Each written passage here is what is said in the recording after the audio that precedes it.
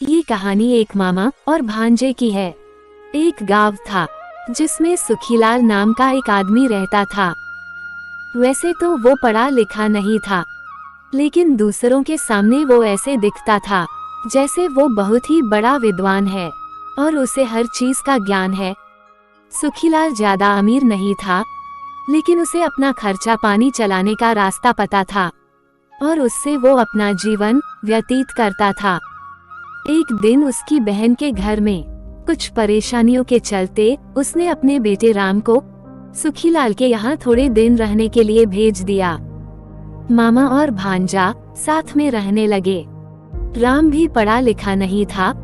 उस समय उसके मामा और भांजा पेशवा में रहते थे।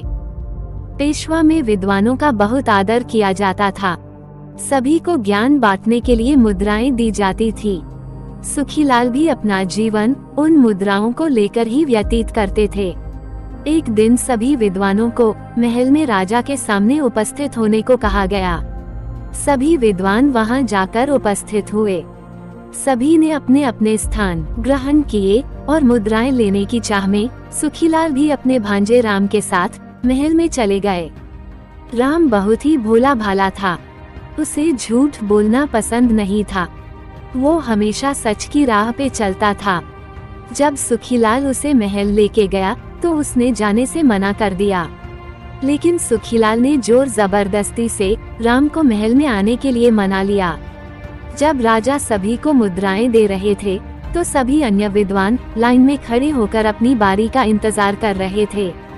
राम ने अपने मामा से कहा, आप यहाँ से चलिए, यहाँ मुझे कुछ ठीक नहीं लग रहा। अगर कुछ गड़बड़ हुई तो हमारी बहुत बेइज्जती होगी। सुखीलाल ने उसकी एक ना मानी।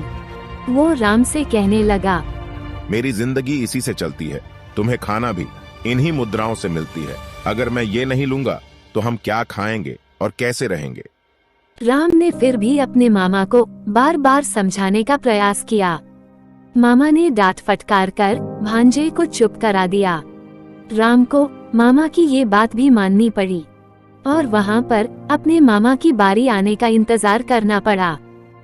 सब कुछ ठीक चल रहा था। राजा सभी को मुद्राएं दे रहे थे। सब कुछ सुखीलाल के सोच अनुसार ही हो रहा था। धीरे धीरे सुखीलाल की बारी आने वाली थी कि तभी वहाँ अचानक पेशवा के प्रतिनिधि आ गए। उन्हें देखकर सुखीलाल थोड़ा डर गया, लेकिन फिर भी वो वहाँ से गया नहीं, अपनी बारी का इंतजार करने लगा। जब सुखीलाल की बारी आई तो उसे देखकर प्रतिनिधि ने उससे पूछा, आप किस विषय के ज्ञाता हैं? मैंने आपको पहचाना नहीं। इतना सुनते ही सुखीलाल डर के मारे परेशान हो गया और घबराने लगा। सुखीलाल के मुंह से आवाज नहीं निकल रही थी। वो बस मैं वो ही करता रहा। इतना सुनकर प्रतिनिधि समझ गया कि ये अनपढ़ है और सिर्फ मुद्राओं की लालच में यहाँ आया हुआ है। पेशवा के प्रतिनिधि ने कहा, ये बहुत लज्जा की बात है कि लोग चंद मुद्राओं के लिए सभी को बेवकूफ बनाते हैं और पढ़ाई का भी मजाक उड़ाते हैं। जब आप महल में आ ही गए हैं तो मुद्राएं लेकर जाइएगा। हमारे राजा के महल से कोई खाली हाथ नहीं जाता। हम भीख के रूप में तुम्हें मुद्राएं दान करते हैं। भरी सभा में सुखीलाल की बहुत बेइज्जती हुई। अगर उसने राम की बात मान ली होती तो शायद उसके साथ ये सब ना होता और वो बेइज्जत होने से बच जाता।